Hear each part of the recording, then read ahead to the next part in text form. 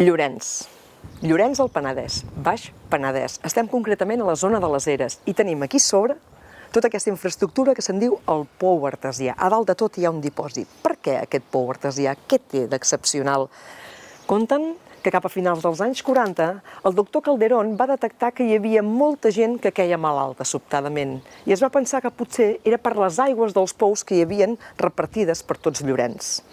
Aleshores la gent encara anava amb els cossis, amb els gavadals, amb els càntirs a buscar l'aigua al pou i es van fer analítiques i es va veure que sí, que exactament era això, les aigües no eren prou salobres. L'alcalde d'aleshores, el senyor Marcelino Gené, es va prendre com un repte personal poder abastir totes i cada una d'aquestes 200 cases de Llorenç amb aigua potable. Es va anar buscant, es va demanar també una subvenció a Madrid per poder portar a terme les obres i es va trobar aquesta zona, ja a les afores del poble. Van començar a perforar. Conten que després de perforar diverses vegades van arribar a 40 metres de profunditat exactament i allà van trobar aigua absolutament neta. Aigua ingerible. Van començar a fer tota la infraestructura, però no tothom a Llorenç tenia ganes de que hi hagués aquest pou.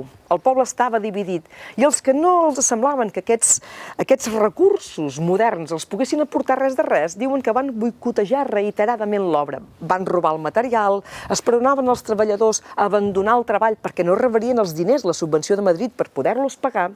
Hi va haver un estir i arronsa bastant fort, però al final l'obra es va poder portar a terme. Ara bé, estàvem parlant de finals dels anys 40, cap al 46, es va començar tota la tramitació cap al 48, aproximadament, i el pou no es va acabar d'inaugurar fins al 53, aproximadament. O sigui que veieu quina estirada de temps per arribar a portar l'aigua canalitzada a totes i cada una de les cases. Ara bé, avui a Llorenç, aigua bona a tot arreu. En podeu estar seguríssims.